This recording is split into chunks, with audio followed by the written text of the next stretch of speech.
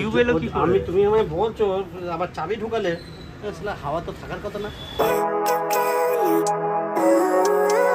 অনেকদিন ধরে আমি ঠিক করছিলাম যে আমার বাইকের টায়ারটা চেঞ্জ করাতে হবে বাট করানো হচ্ছিল না। আমার বাইকের টায়ারের বিট অতটাও ড্যামেজ হয়নি, ঠিক আছে, ওই মার্কিংগুলো এখনও রয়েছে, বাট যার বাইক ছিল সে কি করছিল ভগবান জানে, হুইল করছিল কি করছিল, যাই হোক ওই বাইকের ওই টায়ারটা ফেটে গেছে। তোমরা আগের ব্লগটা দেখে আসতে পারো, ওখানেও আমি দেখেছি, এই ব্লগেও দেখি নেবো। ওখান থেকে এসে আমার এই কিচেনটা এরকমভাবেই পড়েছিল, এটা আর আমার ইউজ করা হয়নি, তো আজকে আমি আমার বাইকের চাবিতে এই কিচেনটা লাগিয়ে দেবো। তো anyway guys, welcome back to my YouTube channel. আশা করছি তোমরা সকলে সুস্থ আছো। তো চলো যা যা।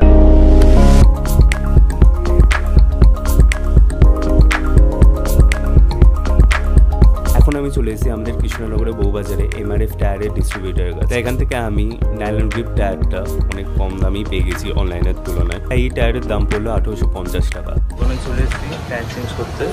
একটা আইএসআই মার্ক রয়েছে, এটা হচ্ছে প্রোডাক্ট ভেরিফিকেশন অ্যাপ্লিকেশন, একটা রয়েছে বিআইএস আই থিঙ্ক ওইটার নাম। আমি যখন আইফোনের অ্যাডাপ্টার কিনেছিলাম আর আইফোন কিনেছিলাম তখন ওখান থেকে আমি একবার ভেরিফিকেশন করে নিয়েছিলাম। তো তোমরা ওখান থেকে ভেরিফিকেশন করতে পারবে, আমি একবার করেই নিই যে আসলে অরিজিনাল এমআরএফ কিনা। তাই এটা হচ্ছে এই অ্যাপটা, এখানে আমি এই নাম্বারটা দিয়ে দেবো।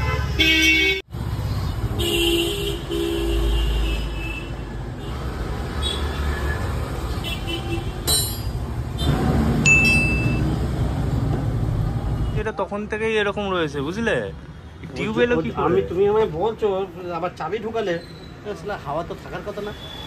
আমার টিউব আছে বলে তোমার চলবে।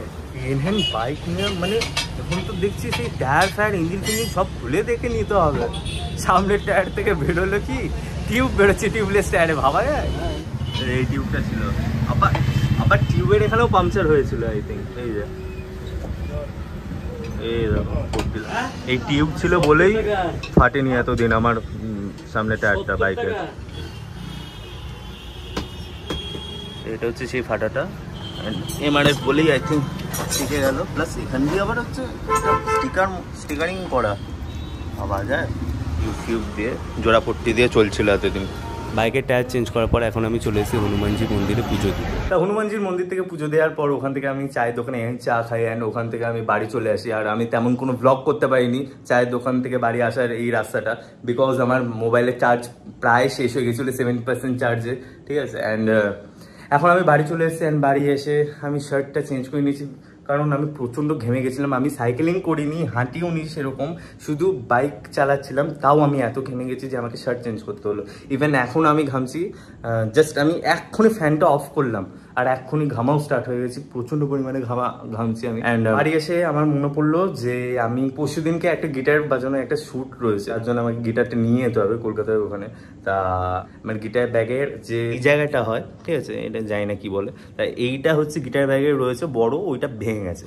আমাকে গিটার ওই ব্যাগের ওই জায়গাটা আমি লাইক ওই দড়িটা দিয়ে আমি গিট মেরে কোনো রকমের জোড়া তালি দিয়ে চালাতে হচ্ছে, তো ওরকম চাই না। তাই আমি এখনই ব্যাগের দোকানে যাবো ওটা সারাতে।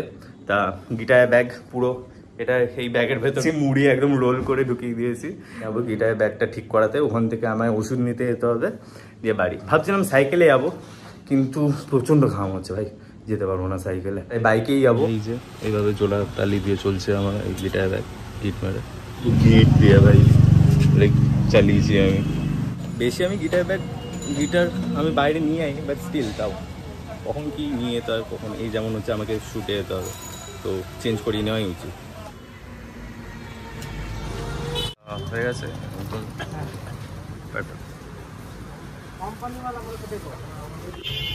চলে এসেছি ওষুধ নিতে। কিছুক্ষণ আগে আমি এখান থেকে চা খেয়ে গেলাম, এই পাশে নিচের দোকান থেকে। আমি ভুলে গেছিলাম যে ওষুধ অর্ডার করেছি, তা আবার আসছে। জানার পর আমি ডাইরেক্ট বাড়ি চলে আসি। বাড়ি এসে আমি আর তেমন কোনো ব্লগ টক করিনি।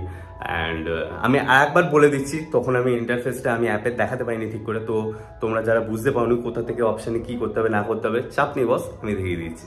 তো দেখো, এই মোবাইলে আমি আগে থেকেই ডাউনলোড করে নিয়েছি বিআইএস কেয়ার, এই যে অ্যাপ স্টোরেও পেয়ে যাবে। এখান থেকে ভেরিফাই লাইসেন্স ডিটেলস, এখানে হচ্ছে তোমরা সিএমএল নাম্বারটা পাবে, এখানে দেওয়া রয়েছে লাইসেন্স নাম্বার। আমার বাইকের যে ওই সিএমএল নাম্বারটা ছিল ওটা এখানে মেরে দিলেই গো মারলেই ভেরিফাই দেখিয়ে দেবে। তাও একবার দেখিয়ে দিচ্ছি।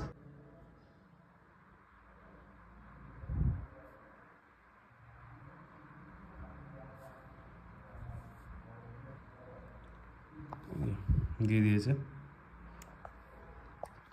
কোথায় ম্যানুফ্যাকচার হয়েছে, ক্রেডিটের ডেট 26 এপ্রিল 2026 অব্দি। এই অ্যাপটা দিয়ে শুধু যে আর ভেরিফিকেশন করতে পারবে এরকম কোনো কিছু না, বাইকের টায়ার ছাড়াও এখানে তোমরা ইন্ডিয়ান বাজারে যা যা বিক্রি হয়, যা যা লাইসেন্সেবল, যে সব যত রকমের প্রোডাক্ট রয়েছে সোনা থেকে শুরু করে এগুলো হচ্ছে তোমরা ভেরিফাইড করতে পারবে। মোবাইল ফোনে অ্যাডাপ্টার, আমি তাও একটা দেখিয়ে দিচ্ছি মোবাইল ফোনে অ্যাডাপ্টার কী করে তোমরা ভেরিফাইড করবে, বা মোবাইল ফোন হ্যাটে যা কিছু, আইফোনে অ্যাডাপ্টার। আর তোমরা এখানে দেখতে পারবে ঠিক এইখানটা আর দিয়ে একটা নাম্বার লেখা রয়েছে, ঠিক আছে, 41014800, এটা হচ্ছে নাম্বার। এক্সট্রা কিচ্ছু না, ওটা ভেরিফাই করার জন্য ISI ভেরিফাই লাইসেন্স ডিটেলস, এটা এখানে গেছিলাম, এখানে ভেরিফাই আর নাম্বার আন্ডার CRS রয়েছে, দেখতে পাচ্ছ। তাই এখানে যেতে হবে, এখানে গিয়ে ওই নাম্বারটা দিয়ে দিতে হবে 41014800। টাইম নেয় বাট হয়ে যাবে, ঠিক আছে। আর অবশ্যই তোমরা কিন্তু নেটটা অন রাখবে, নয়তো কিন্তু হবে না ভাই। এই যে দিয়ে দিয়েছে ম্যানুফ্যাকচার কোথায় হয়েছে, দুঃখবশত চায়না, ঠিক আছে। এখানে ব্র্যান্ড দেওয়া রয়েছে অ্যাপেল, তা ভ্যালিড আপ টু 7/5/2029 অব্দি, status operative. Thank you guys, এই ব্লগটা যদি তোমাদের ভালো লাগে থাকে অবশ্যই লাইক শেয়ার সাবস্ক্রাইব করে দিও। দেখা হচ্ছে পরের ভিডিওতে, tata. I never thought I'd feel like this.